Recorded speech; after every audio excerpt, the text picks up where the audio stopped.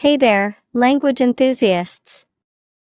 I'm thrilled to have you on board for an exciting journey of mastering the English language. Whether you're here to enhance your vocabulary, polish your grammar, or simply soak up the linguistic vibes, you're in the right place. Subscribe, hit that notification bell, and let's embark on this language learning adventure together. Ready to dive into the world of English? Let's get started.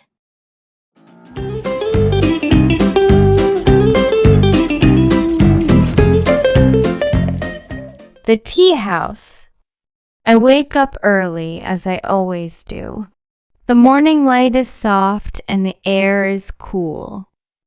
Outside my window, mist rests on the hills like a thin white blanket. I sit by the window with my cup of tea, feeling its warmth in my hands. I have lived in Rosewood all my life. It is a quiet village, full of flowers and kind voices. My house is small but warm. In my garden, roses, jasmine, and lavender bloom, filling the air with their sweet scent. Every morning I water them and listen to the sound of the wind. I love the peace of my days, but sometimes I feel something else, something quiet, like a space in my heart that I cannot fill. Last week, a new tea house opened in the village. I have not been there yet. Today, I decide to go. I put on my shawl, take my small basket, and walk through the narrow streets. The tea house stands near the old oak tree. Its red roof shines in the morning sun. As I open the door, a soft bell rings. The scent of fresh tea and honey wraps around me like a warm embrace. A man stands behind the counter. He is tall, with kind eyes and a calm smile. His brown vest is simple, but he wears it well. "Good morning," he says. "Good morning," I reply. I look at the menu on the wall, written in neat, careful letters. "I would like a cup of jasmine tea, please." He nods. Jasmine tea is a good choice. It is soft and light, like the morning wind. His voice is gentle, and his movements are slow, as if he is painting with water. I watch him prepare the tea. He pours hot water over the leaves with steady hands. The scent of flowers rises into the air. He places the tea in front of me. "My name is Thomas," he says. I opened this tea house because I love the quiet beauty of tea. I take a sip. The tea is warm and floral. The taste lingers on my tongue, gentle and comforting. "It is very good," I say. He smiles. Tea is not just a drink. It is a way to be present. I look out the window. The village looks softer, as if the colors are richer, the sounds gentler. For the first time in a long while, I feel at peace. I sit with my tea, watching the steam rise in soft curls. Thomas moves quietly behind the counter, washing cups, preparing leaves, arranging jars. His hands are steady, his pace unhurried. The tea house is peaceful. A woman in the corner reads a book. An elderly man stirs his tea with slow, careful movement.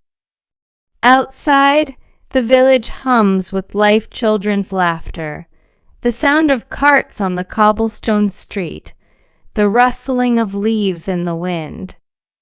"You are new here," Thomas says gently. I smile. Not new to the village, but new to this place. I wanted to come earlier, but I waited. Why? He asks. I pause. The question is simple, but I'm not sure of the answer. I suppose I wasn't ready, I say at last. Sometimes even small changes take time. He nods as if he understands. Tea teaches patience, he says. You cannot rush the leaves. They need time to open, to release their flavor. I take another sip. The warmth spreads through me. Do you live alone? He asks. Yes, I say. I have a small house near the hill. A garden, a cat, a quiet life. A good life, he says. It is, I say. And yet, I do not tell him about the quiet loneliness, the long evenings with only the sound of the wind for company. He does not ask more. Instead, he pours himself a cup of tea and sits across from me. Do you know the story of jasmine tea? He asks. I shake my head. In China, long ago, there was a young woman who loved the scent of jasmine. Every evening, she sat in her garden, waiting for the flowers to open. But one year, the winter was too long, and the jasmine did not bloom. She missed the scent so much that she took dried jasmine and placed it with tea leaves, hoping the fragrance would stay.